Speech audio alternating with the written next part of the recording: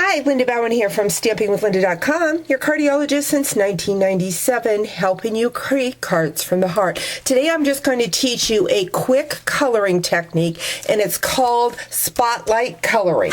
I'm just going to bring in a piece of grit paper. I have a piece of Whisper White, and I have the stamp set, the stamp from the stamp set called You've Got This, and I'm just going to take my black ink pad and I'm going to ink that flower up. And for those of you that know me know that I do not particularly like to color, but I like the look of colored images. So this is a quick way to add color to your project without a lot of steps. So I've stamped the flower. Next, what I'm going to do is I'm going to bring in my Big Shot, and I'm going to take the image that I stamped, and I'm going to be using my layering circles. Now this technique works well with the layering circles, ovals, and squares, and so I've just got that circle. I'm going to run that through the Big Shot, and it's going to just cut out that one flower blossom. Got that. And I've already taken and cut out with the layering circles another circle. This is just a little bit larger, and it comes in the color of the Melon Mambo. So I'm going to just add that circle like so. I'm going to bring in my Melon Mambo ink pad. I'm going to squeeze it and get some ink. I'm going to take my aqua painter, and I am going to color.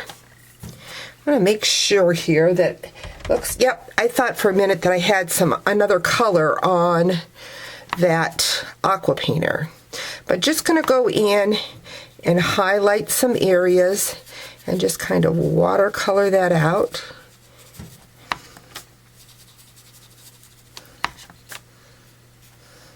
I want some darker shades. I can just go right in to that pad like so. Always good when you're watercoloring to leave some images that are open white, because that gives that watercolor image, because watercoloring isn't all solid. Kind of watercolor that out there. So I've got my main flower done. What I'm going to do next is I'm going to bring in my Wink of Stella. Now we have two different Winks of Stella.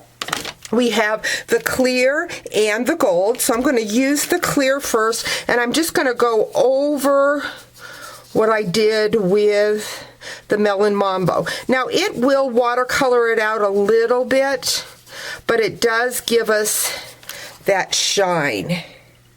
Now I see I didn't bring my green ink pad over, but I would add some green to that.